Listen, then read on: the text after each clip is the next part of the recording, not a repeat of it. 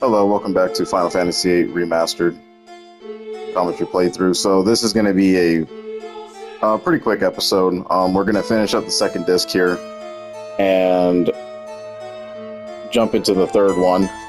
So last episode I was saying to go ahead and get 100 curse spikes off of those tri-face enemies. And real easy, all you do is just you mug them and then you run if you want to, or you can turn them into cards and you can get curse spikes that way as well from card modding. When you are at high levels, some of the tri-faces will actually drop 6 to 8 of these things.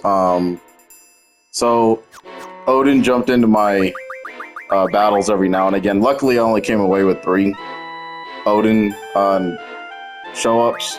So Squall leveled up twice though in this, so now he's at a level 40, which means that enemies in the future are going to be kind of tougher at this point for me, but I'm also going to get really good junctions and a lot of good magics.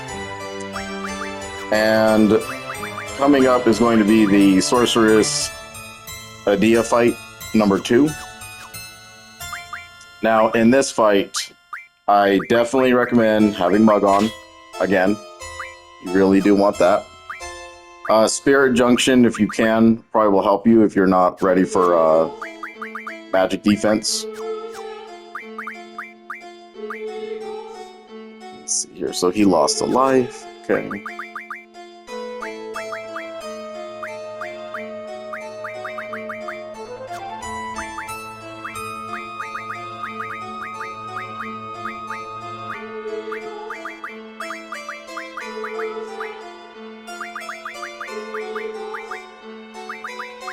So I don't want to use one of those for just one. Okay. So anyway, the strategy with Edea is going to be the same thing. She's not that tough, to be honest. If you summon Carbuncle in this fight, she's going to spend a majority of her turns trying to get rid of Carbuncle from your or the reflect magic that it casts on you. So don't worry too much about doing all that. You probably don't need it. I would just change everything back to what you want. But the most important thing that you do want to do is at least mug both Edea and Cypher, because Cypher's going to show up. He's going to be a little weary from the last battle, so he's going to honestly go down really quick.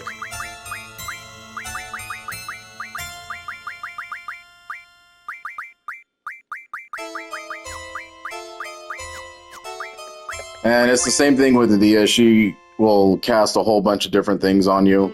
Some of the most notable and probably more dangerous things, though, is Maelstrom and Death. So Maelstrom is just like Gravija in a way that it does fractional damage, but it also adds curse to you. And when you are cursed, your character will kind of turn like a darkish color, and he'll be like blinking with some black aura around them. And this will indicate that you cannot use your limit breaks. So there is no way to stop that from happening, but you can cure it with Esuna and I believe Holy Water. Yes, Holy Water also cures curse. So just keep that in mind when you're going up against Edea. So our high HP people, you know, like, again, HP is not really going to matter in this battle because she has a way of just absolutely tearing through you. But if you wanted to, if you didn't want to use your magics or anything like that, you could always use the treatment from Siren. So treatment, recover, and draw. At least have draw on one character, because you're definitely going to need it for this fight, because we're going to get another Guardian Force, and you do not want to miss this one. I think if you do miss him, though, you'll be able to get him in the final little dungeon area. But get him now, because that's what we've been doing up to this point. And since we're going into a boss fight, just make sure your GFs are learning something you want them to learn. You'll come away with a lot of AP in this. So something that is going to require you to have a lot of AP, I would probably switch over to it now.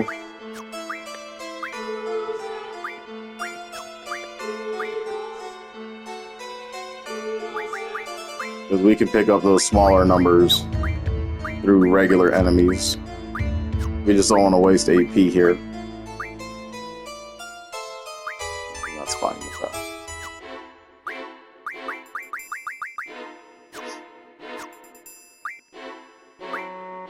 And my GF Tonberry learned Familiar, what just makes it easier to buy rare items.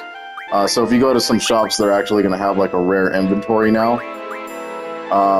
But also with Tonberry is that he can actually have an ability call shop. So it does exactly what it says there. You call shops from the menu screen. So any shop that you visited throughout the game is going to show up in the ability menu once you learn this ability.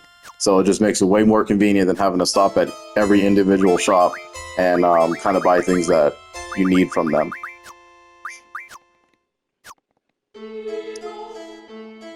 So with everybody junctioned and abilities are set, we're going to move on to Edea.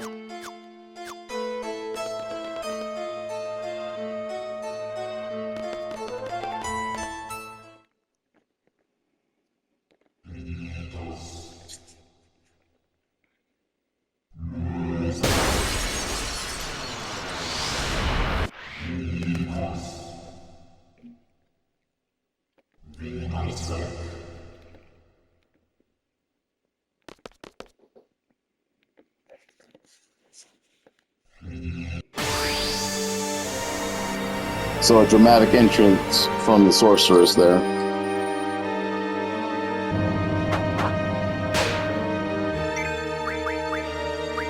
Cypher has all the things that we've already seen from him. I would cast haste with your leftover crew here.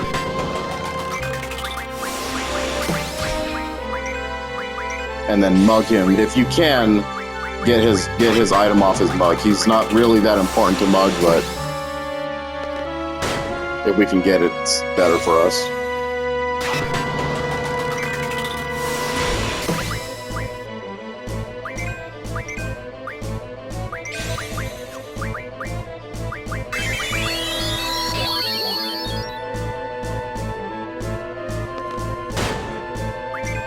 There you go.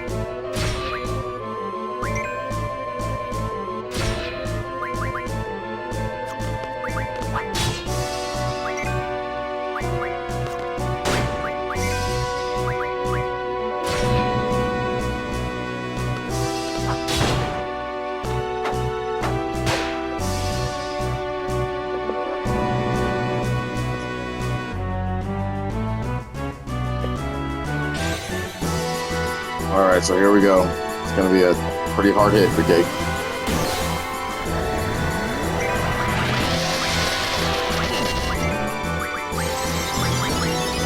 Make sure you draw Alexander. Alexander is going to be the most important thing you get from this fight. And then mug her for a royal crown.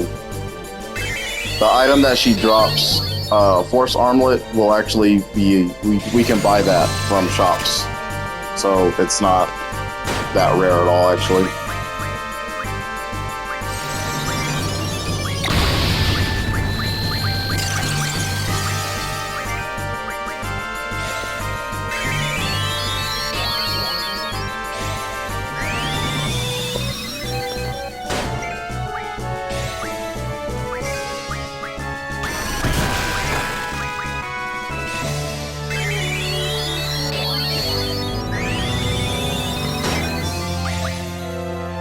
And once we got that going on, we are good to go.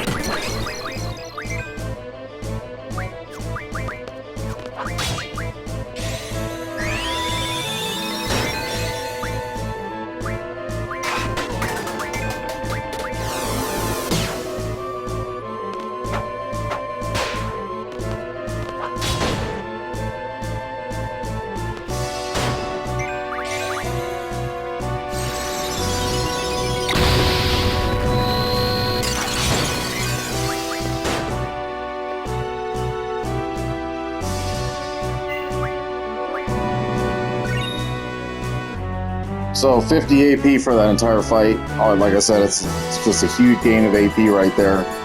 And most important takeaway from that is just to mug both of them, because their common drops aren't that great, to be honest. Very common items that you can get throughout the game.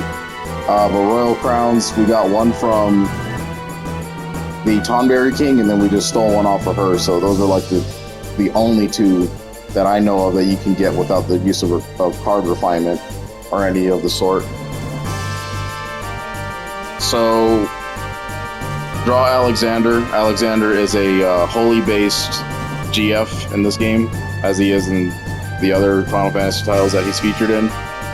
Comes with tremendous abilities, and a specific ability that we're going to need to level up our medicine so that we can actually get another GF in the future. So you definitely do not want to miss this guy at this point in the game.